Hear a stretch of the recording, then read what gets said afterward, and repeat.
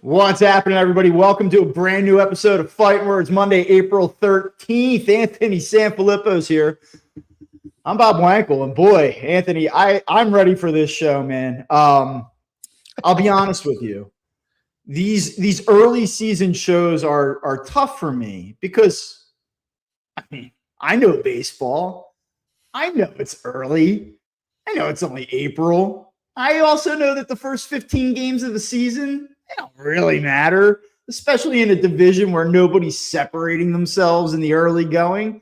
Phillies could sweep the Cubs this week. They could be 2 games over 500 after 18. You'd say, that's not bad. Bryce Harper's hitting a little bit. Looks pretty good. Kyle Schwarber making it count when he does. The center fielder looks phenomenal. Andrew Painter. There's some good things happening here. This team doesn't stink. This team doesn't blow. This team's not a waste of time. But I got to tell you, holy shit, are they boring? And are they frustrating? And are they maddening? And there is one thing that I kept thinking to myself, and I texted you this late in the day yesterday. What does this team truly do well? And the answer is they wait around and hope that 2 guys do something in the middle of the order, and they hope that they get elite starting pitching. And if they get those things, they typically win. And if they don't, they typically lose. This team is rife with problems. And you can say 15 games, and you can say, look at the calendar, and don't talk to me until Memorial Day. But we do a baseball show. And if you watch these games, you see it. And you don't just see it because of what you've watched for 2 weeks. You see it because you watched it last year and the year before and the year before that and the year before that. And that's how I greet you on this Monday morning, after which, by the way, I drove from Orlando, Florida yesterday, left at 4:54 a.m. from the Disney Beach Club, and arrived home at 9:51 p.m. in a car with my wife, my 4-year-old daughter, and my 3-year-old son. And I got to take in every inning of that baseball game yesterday. So I apologize in advance if I'm a little bit agitated this morning. It's good to have you back, Bob. Good to be back. I don't know if you had a chance while you were away to, listen to the dulcet tones of Matt DeGeorge or my son fill in for you. Yeah. But it's nice to have the fire. Very back. Very informed folks. I would say that our expressiveness is a little different. Yes, a little bit. Look, I don't think you're wrong. I think there's a lot of things that you have to raise flags on this team right now. Just a lot. And maybe more than there should be at this point. And I'm with you because, I'm one of the, me, I'm one of the patient guys. I'm one of the people who believes in a long baseball season, and over time things change, right? Like I'm with you, but I'm still with you on this because, and it's not because it's the same thing you've seen in the past. Like that's the one spot I feel a little bit different from you. To me, they rarely have it go where you sit there and go, what you said. They only have 2 guys in a lineup that you can trust, and they rely on their starting pitching. And that's it, and nothing else. When you sent that text yesterday, said, what does this team do well? That's where I was like, Bob's got a point here. And it's not that they can't do the other things well. They just don't do the other things consistently, right? There are times when they all hit. There are times when the bullpen is locked down. There are times when they play really good team defense. There are times when their aggressiveness on the base paths is actually good. And then there's times like yesterday, right? And then there's games where you have, an error in the outfield that causes you give a team 5 outs or 6 outs in an inning, and it costs you a game. Then you have your left-handed reliever who now suddenly can't get anybody out because he's not on some kind of performing enhancing drug anymore. Again, I've been saying for 2 years now that we should have a premium subscription where you can read the text messages that you are a professional. I am no longer a professional. So you should see some of these messages that I fire off in the middle of a game. But you know what the funny part about it is, Bob, and I wrote a story about this for hockey, right? But the reality of it is that my phone blows up every game, like every game. And it's like not just you that's texting me. I have friends, I have family, everybody that are just texting me, not to mention all the people on social media who are sending information over to, right? And you got to respond to all of it or try to respond to all of it.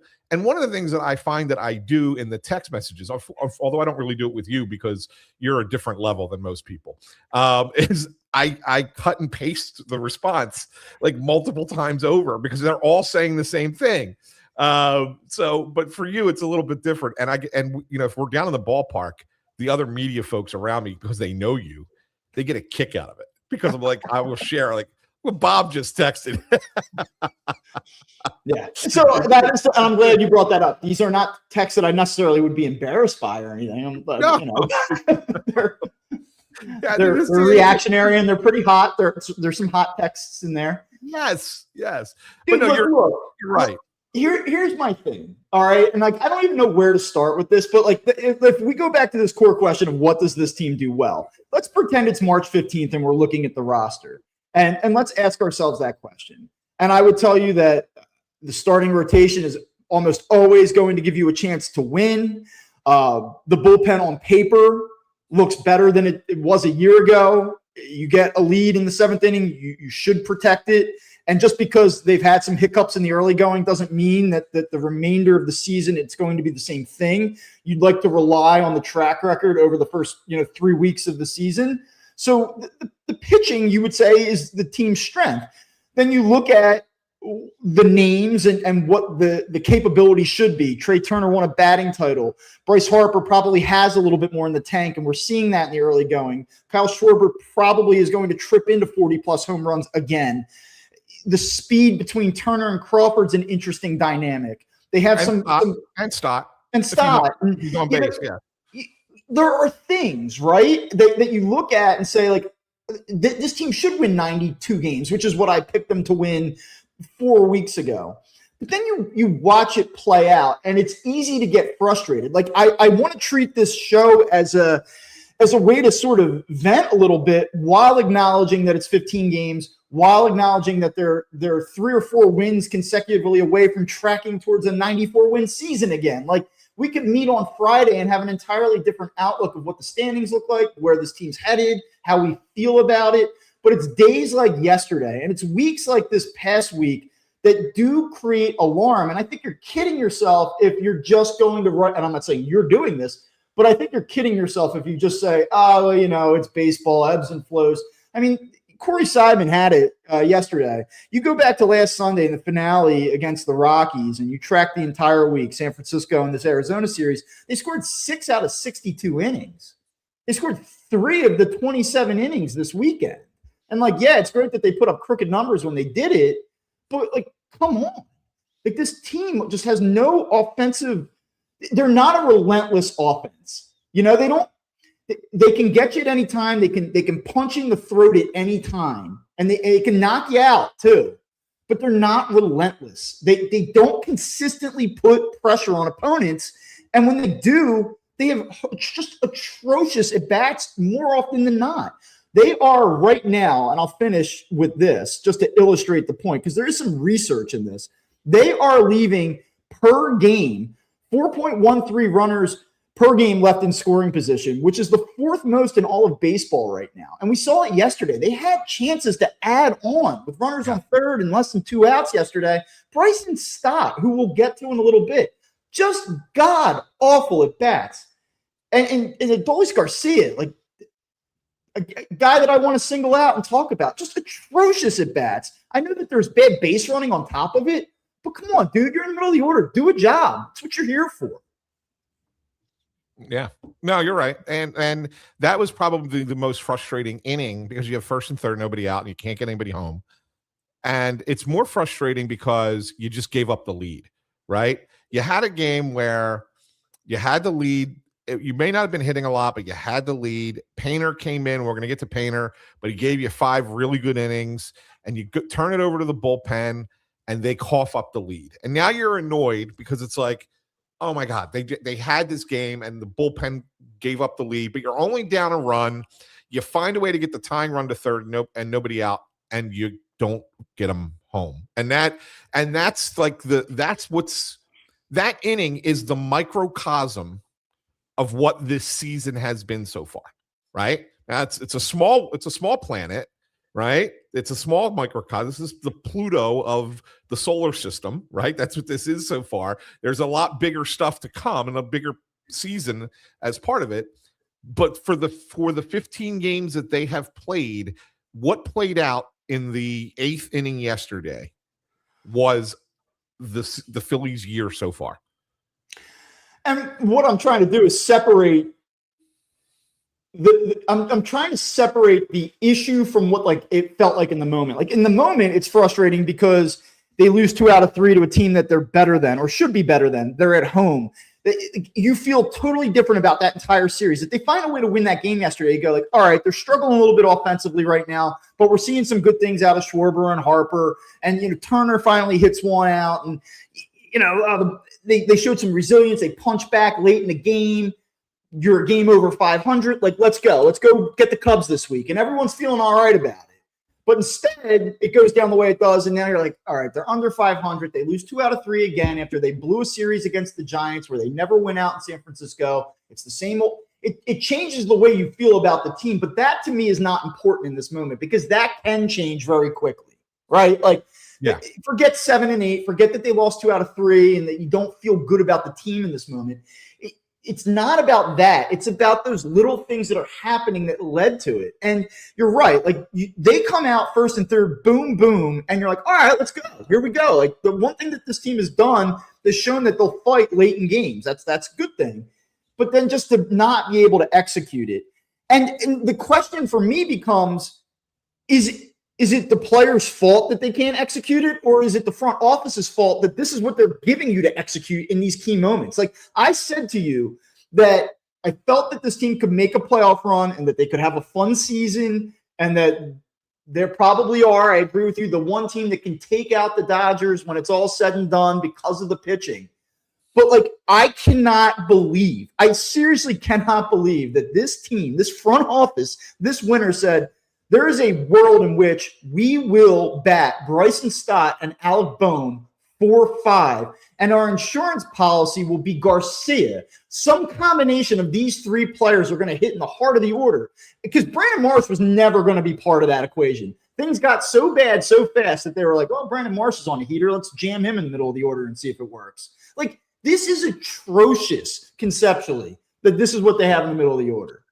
Yeah, I agree, Bob, and the only thing that I'm going to slightly disagree with, because I'm with you, I don't necessarily put this on the front office as far as GM, president of baseball operations yet. My complaint, and I've said it quietly to you before, is ownership.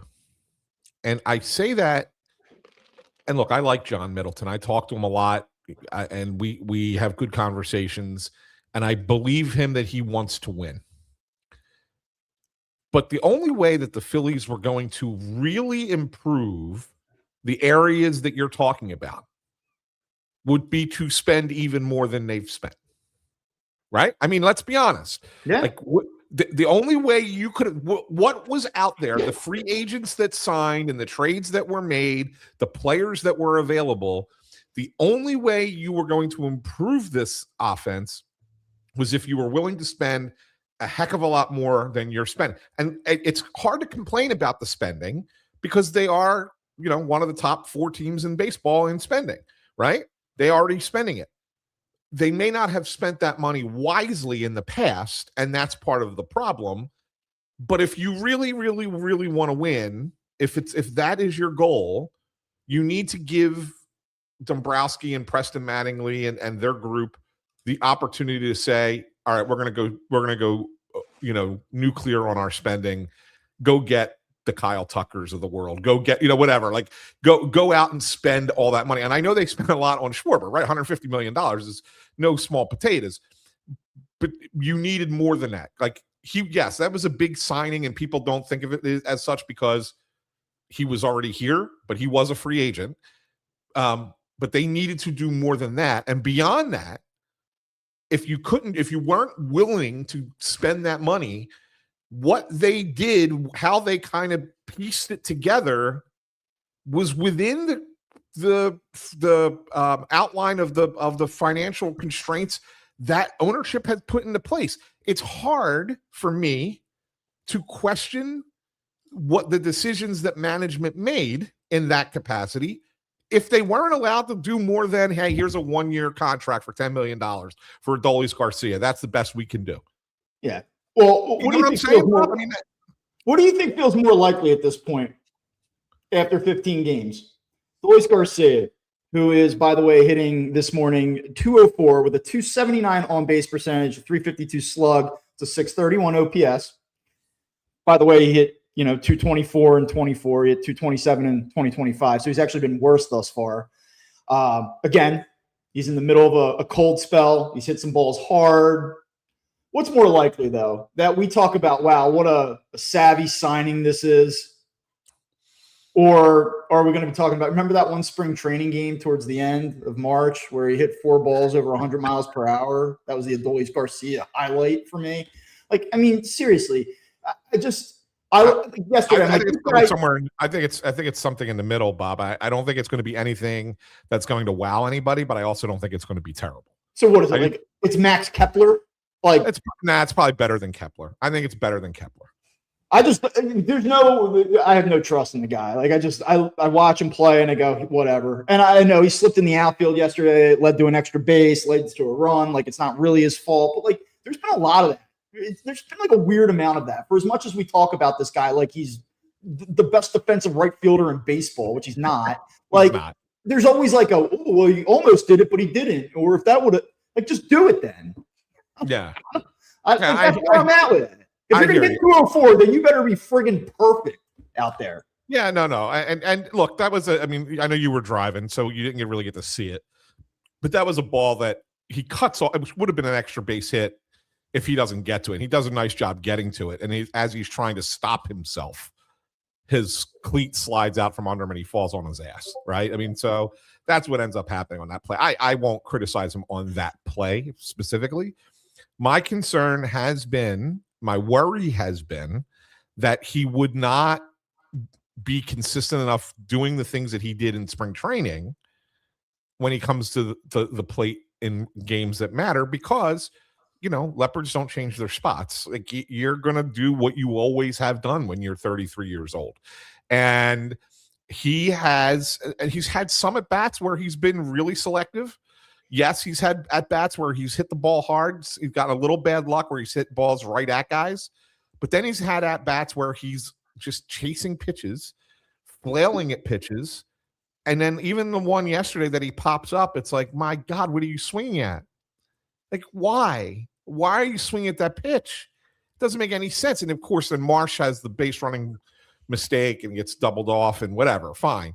But that's the thing. Like, I don't even understand. I know, like, you're trying to keep out of a double play. Like, I'm not starting the runner there. Like, I just have so many problems with this team right now. Yeah. So the reason that they're doing it is they feel like if you hit the ball on the ground, you'll at least tie the game.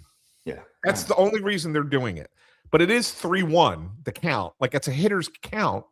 They don't want to walk you. That's my problem. Yeah. It to me, there's nothing wrong with having that thought process going into the at bat, right? Like, going into the at bat, you're sitting there, okay, Garcia's walking up to the plate. All right, we got first and third. Don't want him to hit into a double play because the tying runs at third base. So if he hits the ball on the ground, let's get that runner moving. Okay, fine. But once you're at 3-1, you're like, all right, let's get away with it. Let's get away from this. Let's not do this. Now, who knows if that was still a call from the dugout, if that was still third base coach giving that sign, if Marsh went on his own. Like, we don't know, right? But yeah, like in that moment, you should not be going. Even still, it's not like Brandon Marsh slid into second base. As soon as that ball's hit in the air, Brandon Marsh has to turn and look, see where it's at. Oh, look, yeah, this is Or baseball 101. listen to your coaches and get back to the bag, and he doesn't get doubled off. Not that So then you start to have questions about this stuff. Like that. That's obviously a blunder. You know, the mechanics of that are totally off.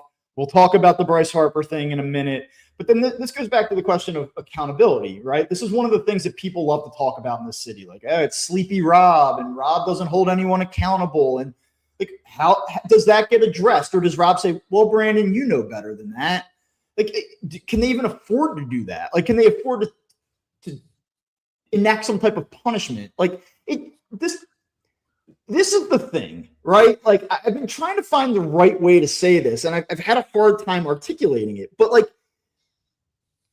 when you look at some of the problems that this team has had over the course of time, and every year is different, but I think people are just so on edge and so to the brink of like these same like lackadaisical mental lapses, going through the motions, and then the way that you hear Rob talk after the game, it's like everyone's ready to rip their hair out, and Rob's like, well, you know, we can't do that. We know. Like, I just think that everyone is just so tired of this. This was the fear, I think, when you talk about this team in January. Like, teams go through ups and downs, but I just think that the tolerance and the willingness to accept the ebbs and flows of baseball, everyone's fed up. Like, we're all at a boiling point with this shit. Like, seriously. Like, yeah, I hear you, but that's what fans are supposed to be, right? Like Bob, here's the thing. Like, but here's the thing also, because I think you know this. I think you know that there are meetings that are held behind closed doors that are far more intense than what they put on camera, right? But here's the problem. There's no question. I certainly believe that over the course of time, Rob has chewed out players, and that there have been meetings, and there have been, what the hell are we doing? You got to be better. If you ever do that, like, it's not that I don't think that stuff occurs. It's just that nothing ever seems to change. Like, well, can I be annoyed? Can I be annoyed that this team looks so friggin' disinterested after 15 100%. games? Because like, if there were ever a team, like, I know that they won 95 games, 94, 96, 97 games, and they've gotten bounced from the playoffs, and we can all do this like call me in October stuff, but this team should have some edge. This team should be pissed off. This team should be dialed in. I feel like that this team, if Bryce Harper is sitting there saying like, I'm not elite, I'm about to show you, like, should everyone feed off of that and say like, let's go shut everyone up, show that we are still this team, that we're not too old, that it's not the same old crap. But instead, it looks exactly. You say it's not this. That these years are different. To me, it looks exactly the same. It looks exactly the same to me. With some promise in center field for the first time in 15 years. Yeah, there are a couple things that they've let rot too long. Third base is a problem. We'll get there because, like, yeah. Let's do the Harper thing first. But here's my thing about the Bryce Harper play. It was ridiculous. It was selfish. It was stupid. Yep. It was ridiculous. I mean, Kevin Stocker, to his credit, did you hear his call on the radio?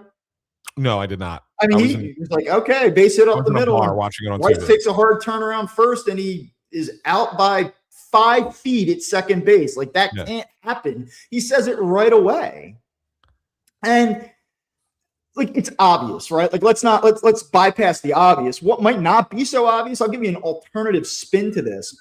Someone's like, well, what the hell is he doing?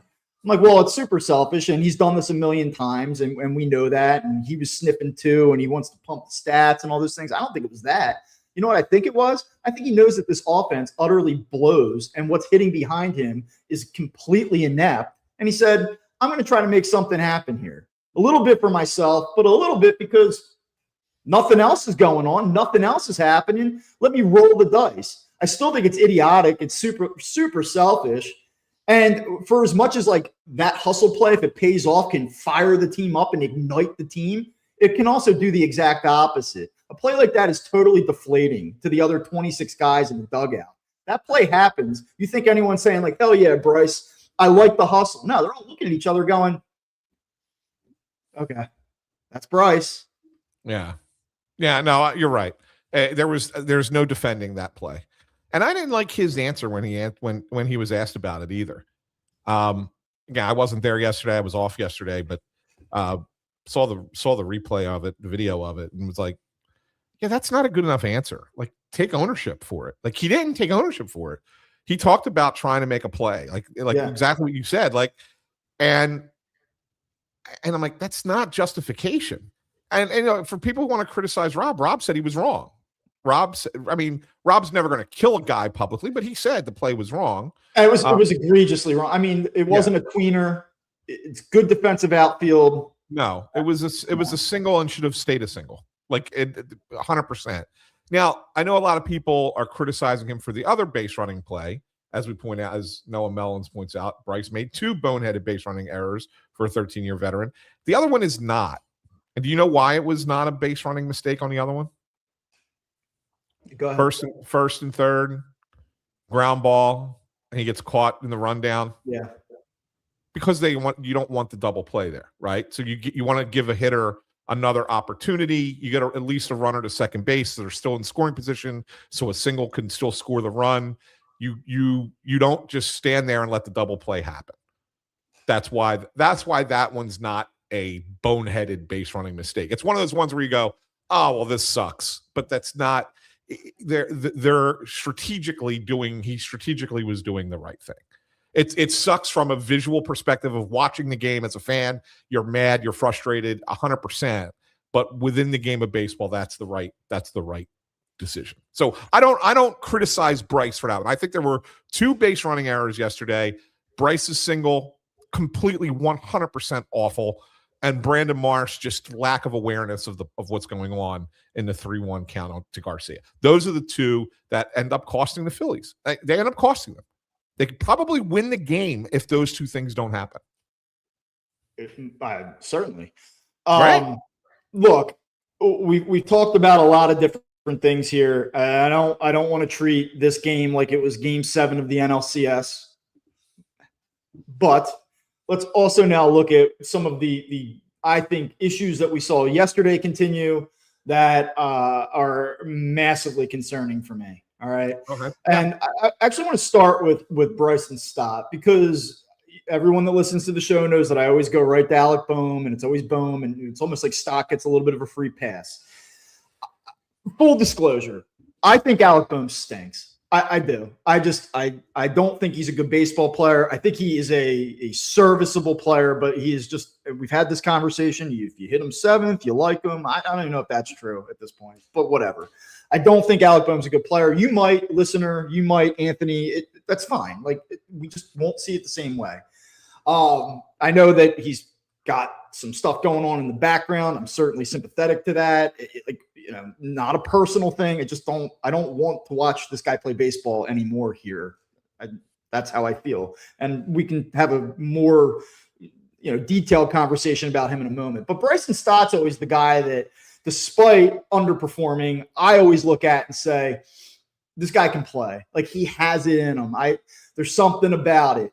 Like, I just believe there's more there. I like his defense. I like his athleticism, his speed. I think he's a better hitter than what he has shown for the majority of his career. He's about to unlock it. We did this spring. He's not hitting fly balls to the opposite field. The swing looks much better, harder contact on the line. And then he comes out and he's been utterly dreadful. And I know that he's had some decent swings here lately, but he's still at the end of the day hitting 196 with a 477 OPS. And not only that, but he's hitting in the middle of the order more often than not. He's drowning this lineup right now, and he killed the Phillies yesterday. And I guess I don't even know if I have a question to you here, but like, at what point, I guess the question is this, at what point do we simply stop saying, he's a good ball player, he's going to figure it out, and say, like, he might, but it just might not be here or he might just not do it, period. No, I'm not sure we're there. I'm still not sure we're there yet. I watched. I'm not saying we're there, but like also do it, man. Like, yeah. Well, you asked at what point, and so I said, well, we're not there yet, and but I do think that the time may come this season. Like this is a critical year for him. I actually thought with that at bat aside that we've already criticized him for striking out with first and third and nobody on, it was just an awful at bat. Like it just bad approach. Swung at 2 pitches that were, almost hit. Well, one almost hit him. The other one was like down and way below the strike zone and inside, I believe. And he strikes out the one he strikes out on. So that at bat aside, he did hit 300 this weekend, right? I mean, did have 3 hits. Hit the ball a little hard. He had a nice, couple. He almost hit a home run that just missed the foul pole. Like there were a few things that you looked at and said, okay, those were better at bats. Last one aside. And the one thing I've always liked about Bryson Stott, even when he struggles, is he doesn't let the offensive errors and the offensive mistakes and the offensive struggles impact his defensive play. And I honestly think he's been even better defensively in the first 15 games of this year than he has been the last couple of years. And I've thought that he's been Gold Glove caliber the last couple of years at second base. So I look at Bryson Stott and say, I've been underwhelmed on the whole, but I do see little things that maybe he's going to come out of it again. And if he gets back to what he was doing at the second half of last year, I think everybody's happy. So I'm not ready to go down that, but I'm completely with you on that at bat yesterday. Awful.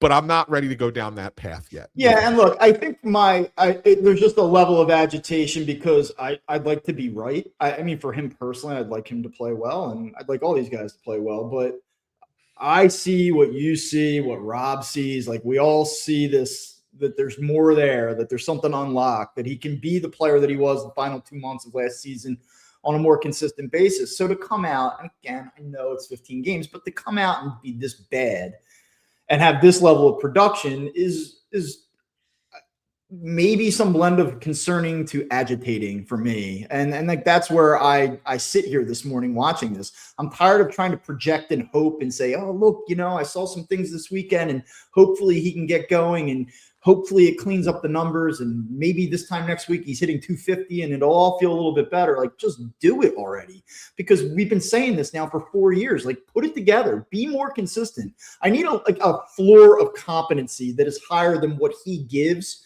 when things aren't going well. And like that's my big problem here. And it's compounded by the fact that they're asking him to hit in the middle of the order, which he's not a middle of the order hitter, but this offense is so thin. I won't say weak, but so thin that this is where we're at on April 13th. This guy, it's insane that this guy is taking the majority of his bats in 5-hole this year. Yeah, it is crazy. I don't understand a little bit Bryson Stott in the 5. Not one. And I'm so fed up of talking about lineups, right? I just really am, because it's, as you've pointed out in years past, it's not that important. It's not that important. Right? Over 162, if you got the right guys, it doesn't really matter where you hit them. Really matter, right? Like, so it drives me nuts to keep doing it. But if you asked me to put together a Phillies lineup, I would never put Bryson Stott 5. Like never once would I think, oh yeah, I'll put Bryson Stott in the middle of an order, because as an RBI producing spot, which it really is, right? And I think that you're going to see a different lineup tonight. I think it's going to be Garcia 4, Marsh 5. I don't know if they're going to put Bohm at 6. He might go back to 8. I don't know. Does Real Muto go to 6? Stott 7. Bohm 8. Okay, so now that we're okay, go ahead. Finish the point. Oh, no, so the thing I was going to point out, because Chris has asked this question. He said, "When do you move Crawford up in the lineup?" And I wouldn't, because he's getting on base in a spot for when your best hitters are coming up. Don't change a thing. Yeah. Don't change a thing. Leave him where he's at. He's productive there. Yeah. Until you have a team where he can bat at the top of the lineup and not have too many lefties up there altogether, until you have something else, you leave him where he's at because he's doing great things for you in that spot, right? So you're not moving Crawford. So it's like it's 4 through 8. That's the problem in the lineup. And I think they're gonna go Garcia, Marsh, Real Muto, Stott, Bohm. Or the other thing I think is coming, Bob, and I wrote this the other day because I want to get to Alec Bohm. I wrote this yesterday morning, and we published it. I wrote it on Saturday, but published it yesterday morning. They moved Bohm down to the 8th spot on Saturday and went 0 for 4. Now he was hit 7th yesterday, but that's because Marchand was in the lineup and not Real Muto. Every time Rob Thompson has had a hitter that he felt has been struggling and moved them down to the 8 hole in the lineup, they've responded. So much so that it's happened since 2022. I did the research. It happened 54 times, 54 games. And those hitters in those 54 games hit 303 with an 823 OPS out of the 8 hole, right? So it's some success. Alec Bohm, it's happened to him twice, most recently last year, actually for 23 games last year. And when he was in the 8 hole last year, he hit 326 with an 842 OPS, right? So like he had hit the best part of him last year. It wasn't a very good year for him last year, but the very best part of Alec Bohm last year was batting 8th in the lineup. Okay, fine. He goes 0 for 4 batting 8th. Then he doesn't hit again yesterday, hitting 7th. I don't necessarily think he's going to be given a long opportunity at the bottom of the lineup. I think they're going to turn it to Edmundo Sosa, and I think they're going to do it as soon as this Cubs series. I think you're going to see Bohm get a couple games off. Might not be tonight, but maybe it is tonight. Maybe because I guess Imanaga pitches Wednesday, right? So I would say maybe he's off tonight and tomorrow, and then he plays back again Wednesday against a lefty.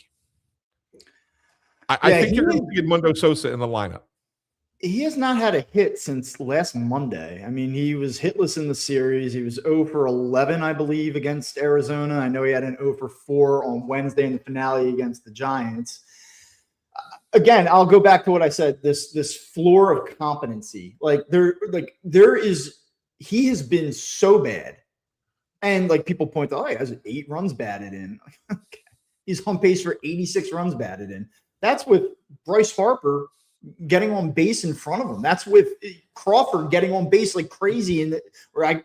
He's had opportunities. The point being, there's been plenty of opportunities. He's knocked in 1 run in his last 7 games. He had a 3-run homer on opening day. Like, I don't care about the 8 RBI and what it projects to over 162 games. I mean, we're at a point again, like where he's played 14 games this year. He has 2 extra base hits. He's not an impact bat. He doesn't walk enough. He's on pace to walk 54 times this year. It's the same conversation. If he gets things going, it's going to turn into slap hits to right field where he's hitting 274 with 0 power, doesn't walk enough. It's the same conversation again and again and again. And I don't even know if he's going to get back to that at this point. I'm just over this experiment. I cannot believe there's got to be people. In fact, I know there has to be just people within the Phillies organization that can't believe that this is what they're doing again, right? So I talked about this a little bit with Anthony on Friday, and I didn't have a chance to really talk about it with you, so I'll bring it back up again. So they had your plan A in the offseason. Look, Aiden Miller and plan A was Bo Bichette, sure. Right? So we all know, I know there were rumors after 24 that they were going to trade Alec Bohm, right? We heard about it. We didn't think he was going to be. We talked about it on the show. Didn't think he was going to be back, but then he was back. I guess they didn't get the interest that they thought they were going to get, or the value of return that they thought should get on Bohm. So they came back with him last year. Okay, fine. Well, it was crystal clear to absolutely everyone that they were moving on from Alec Bohm with Bo Bichette. Crystal clear. That was going to be their third baseman this year. And then Bichette used the Phillies to go milk $45 million out of the Mets. Okay? Leaving the Phillies holding the bag. So plan B was, we'll use Bohm for a little while, and then Aiden Miller will come up and play.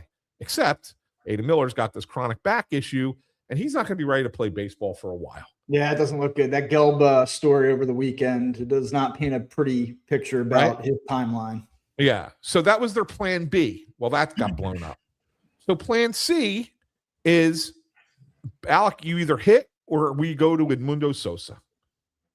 And so now you sit there and say, Bob, do you figure it as you have two platoons now in the infield? Like you could potentially go Sosa, Bohm in some capacity, Dylan Moore, Stott, like those two positions kind of rotating those four guys. Not that Dylan Moore is anything exciting. He's just a different guy, right? Do you go with those four guys until the deadline and that's the position you upgrade and not the outfield?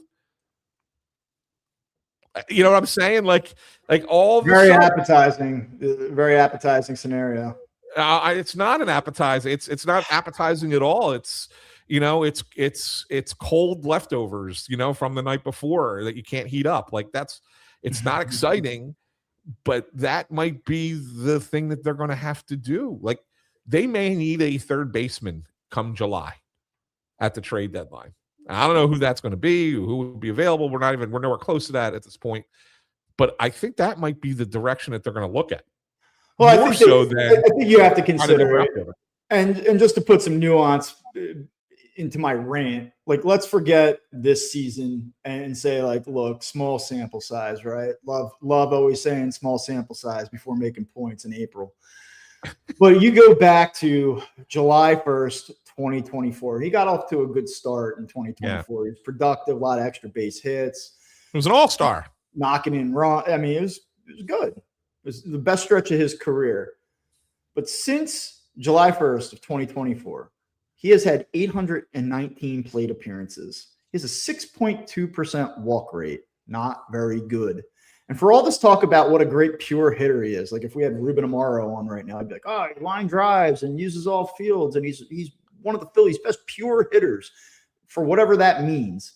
Well, he's hitting 266 over those 819 plate appearances.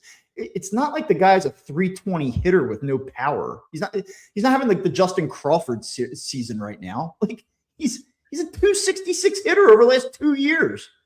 And here's the other thing, Bob. Do you know so far this season, in 15 games, he's not pulled a ball in the air once?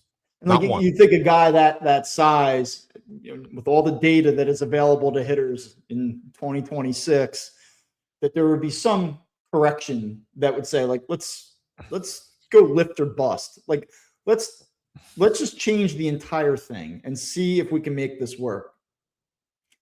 His on base percentage. I mean, his on base percentage in that time, right? Like I just keep going here. 316 on base percentage is 800 plus.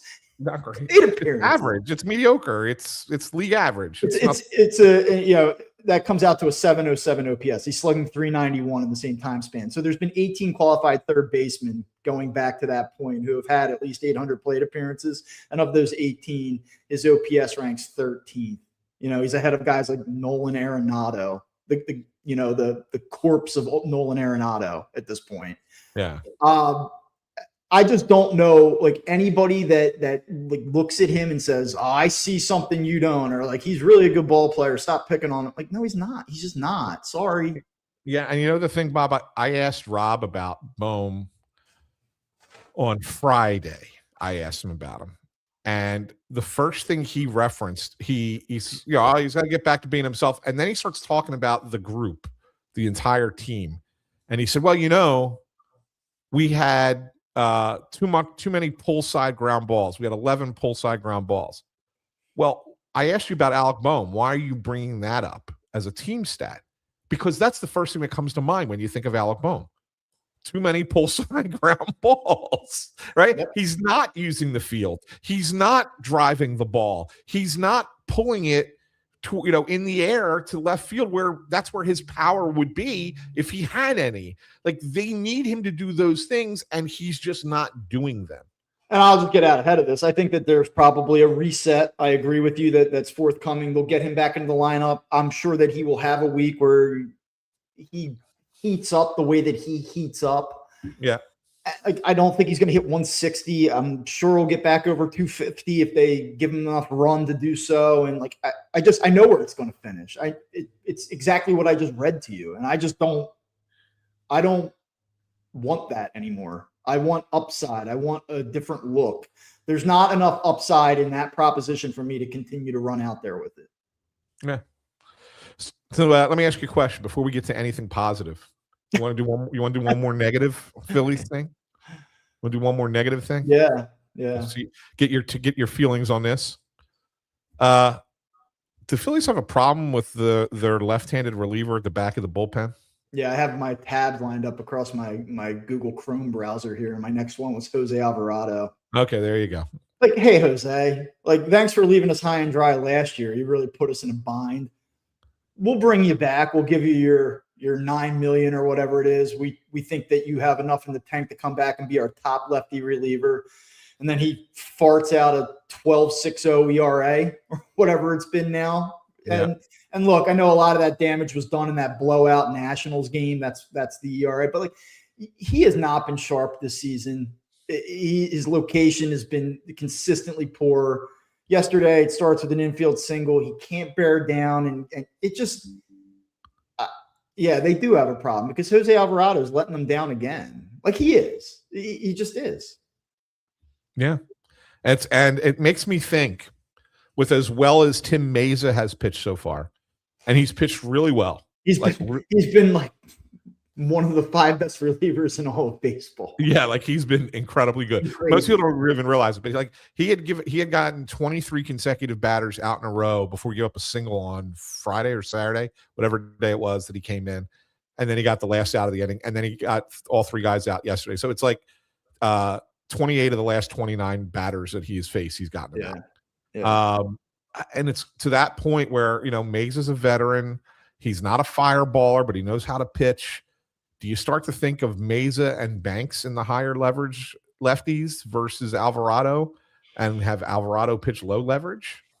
Yeah, I mean, maybe at least until he gets rolling. If he does get rolling, I mean, 3 2/3 innings, he's given up 9 total base runners, 5 hits, 4 walks. It's just not what you expect from the guy that you're considering as your go-to guy in that spot. And for all we just talked about with the offense and the base running and the miscues early in the game in left field, even that allowed an extra base that came around to score.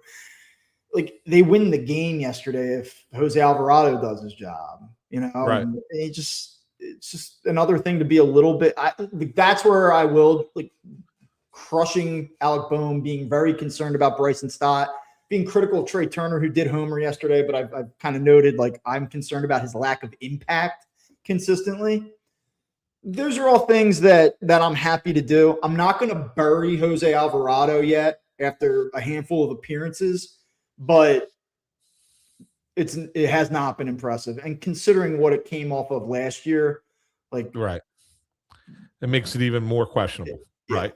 for sure. You're more alert of it. The one good thing we got to take out of this series is what Andrew Painter did yesterday.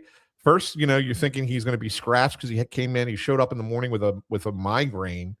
They gave him some meds. They made him lay down, and all of a sudden he started to feel a little bit better within a couple hours. And it was like, all right, well, maybe I can throw some innings today. Sent him out to the bullpen. Brought him in the 3rd inning. He gave you 5 shutout innings. Yeah.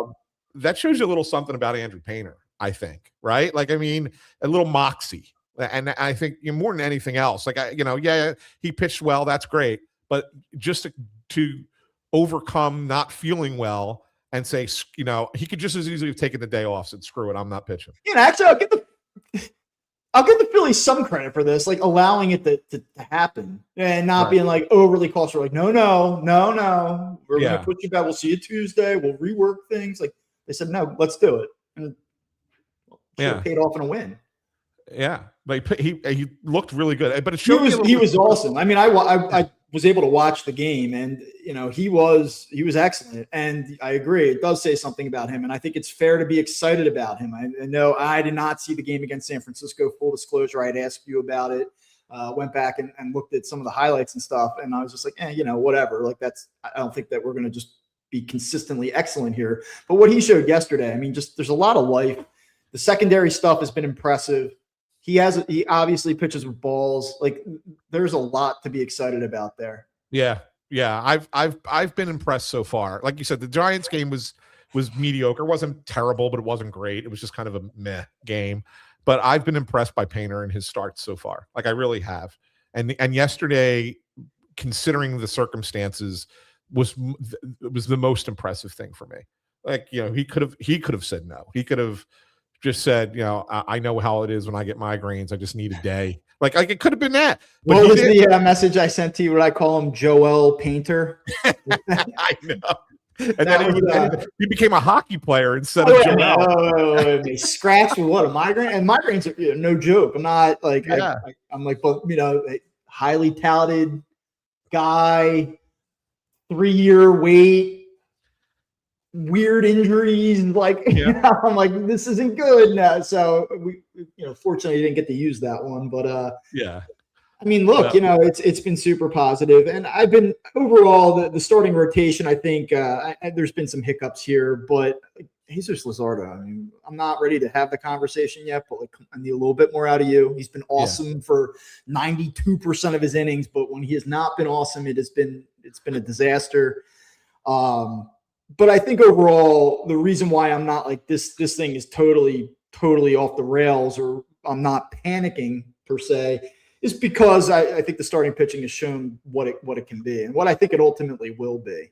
Yeah, for sure. That said, quickly, Zach Wheeler, a little bit of a question about the velocity here as he's ramping back up, and he's touching 94, but was sitting, I think, 92.7 the other night, or 92.9 the other night, which is obviously not where you're accustomed to seeing him. Do you have concern that he's not really going to get back to the consistent velocity that we've seen in the past? And if it sits 93, 94, how much is he going to have to reinvent himself to be effective? I don't think it's going to be that low. I don't think he's going to get back to being 97. Mm-hmm. The one thing I can tell you is, you look at him, he's really thin. He's got to put weight back on. I think once he puts some weight back on, and then you add in the adrenaline that comes when you pitch at the major league level versus pitching in rehab assignments, I think he could probably get back to 95, 96 with regularity. And I think if you're there, you're okay. I think if his velocity does not get there, then he's going to have to reinvent himself a little bit. Do you expect in this moment like that he will look like Zach Wheeler or some semblance of Zach Wheeler, or do you think that we should maybe reconfigure our expectations of what this might look like this season? I can't say for certain yet. I like to believe, knowing the way Wheeler is as a competitor, that he can get back to being that guy. But there's no way. I mean, it's a very rare,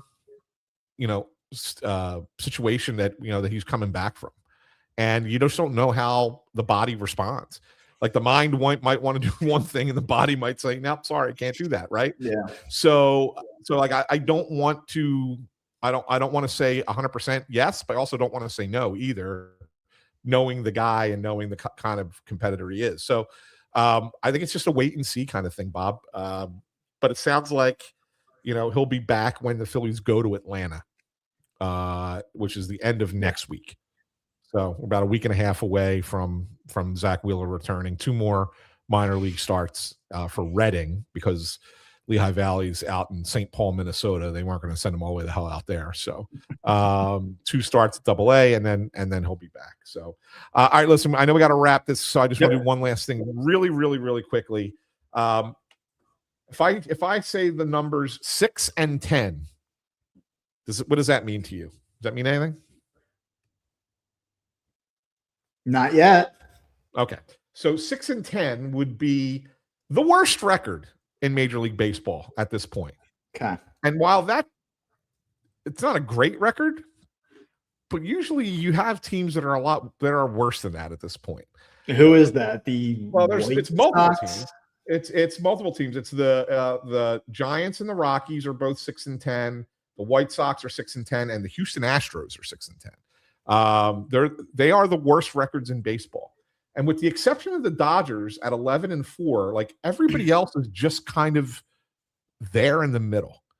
And so this is a two-part question for you, Bob, because we have 2 minutes left to go. Part one, is there parity in baseball now? And the second part of the question is, if the answer is yes, how good is that for the Players Association going into the offseason when the ownership wants to set a salary cap, especially if you have some smaller market teams competing with the big boys? Yeah, look, I mean, it's a good question. I think one of the things I would note is, what point do you start to look at these numbers? Because I think it's too early. I think it's okay. Way too early to say we're there.